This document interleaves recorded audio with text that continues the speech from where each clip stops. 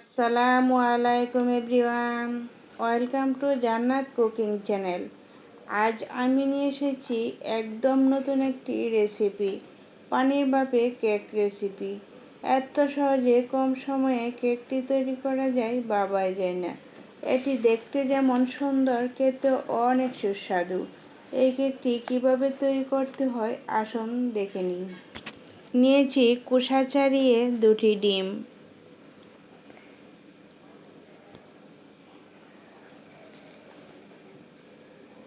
নিয়েছি half cup চিনি। চিনিটা আমি ব্লেন্ড করে পাউডার করে নিয়েছি। নিয়েছি হাফ চামচ লবণ। উপকরণগুলো হ্যান্ড মিক্সার দিয়ে বিট করে নিচ্ছি।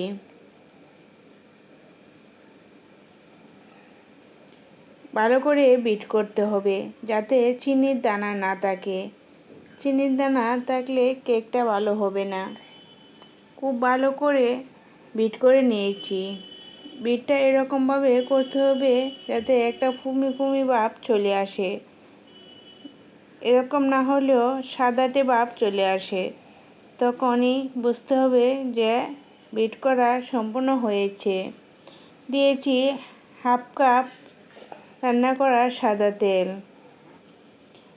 হাফ চামচ বেকিং পাউডার, কোয়ার্টার চামচ ইস্ট, কোয়ার্টার চামচ ভ্যানিলা এসেন্স। ভ্যানিলা এসেন্সটা স্কিপ করলেও চলবে। এসেন্সটা দেওয়া মানে ডিমের গন্ধটা যাতে না লাগে। উপকরণগুলো আবারও কিছুক্ষণ বিট করে নিচ্ছি। তেল দেওয়ার পর খুব বেশি বিট করা যাবে না।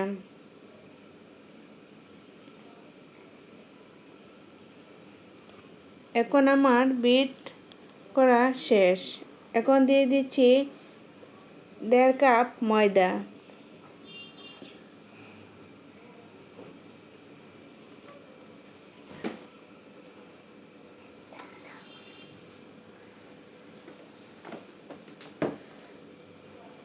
নিয়েছি হাফ কাপ গরম দুধ। দুধটা খুব বেশি গরম না, খুব ঠান্ডাও না, মাঝারি গরম করে নিয়েছি।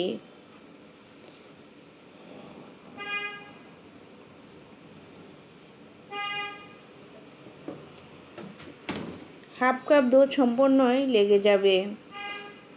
এখন ব্যাটারটা তৈরি করা হয়েছে। ঢাকনা দিয়ে ঢেকে 15 মিনিটের জন্য রেস্টে রেখে দিয়েছি।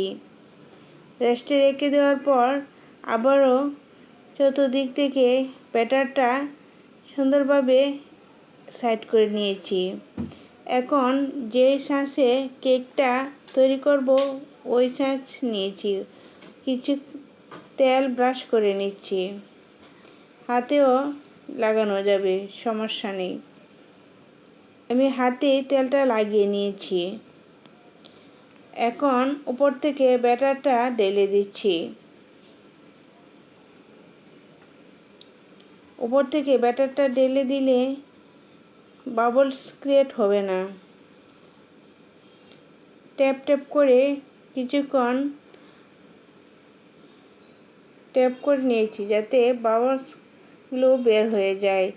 উপর থেকে কিছু ড্রাই ফ্রুটস দিয়ে ডেকোরেশন করে নিচ্ছি।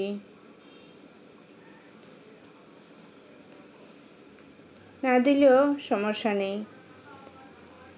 সুন্দরের জন্য আমি কিছু ড্রাই ফ্রুটস দিয়েছি।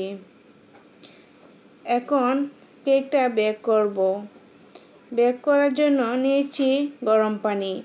এখানে চুলায় একটি সসপ্যান বসিয়ে দিয়েছি। হাঁড়ির নিচে দিয়েছি একটি স্ট্যান্ড। স্ট্যান্ডের উপরে কেকের মোল্ডটা রেখে ঢাকনা দিয়ে ঢেকে ছিদ্রটা বন্ধ করে দিয়েছি যাতে ভাপটা বের না হতে পারে। 20 মিনিট বেক করার পর কেকটা তৈরি করা হয়েছে। কেকটা কত ফুলেছে, দেখতেও খুব সুন্দর হয়েছে।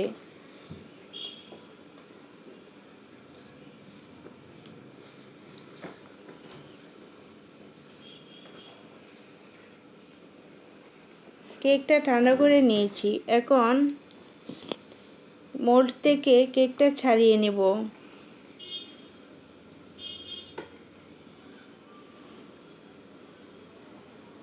একটা ছুরির সাহায্যে চতুর্দিক দিয়ে কেকটা ছাড়িয়ে নিয়েছি। এখন কেকটা কেটে দেখাচ্ছি। কেকটা কত সুন্দর হয়েছে, ফুলে ডাবল হয়েছে।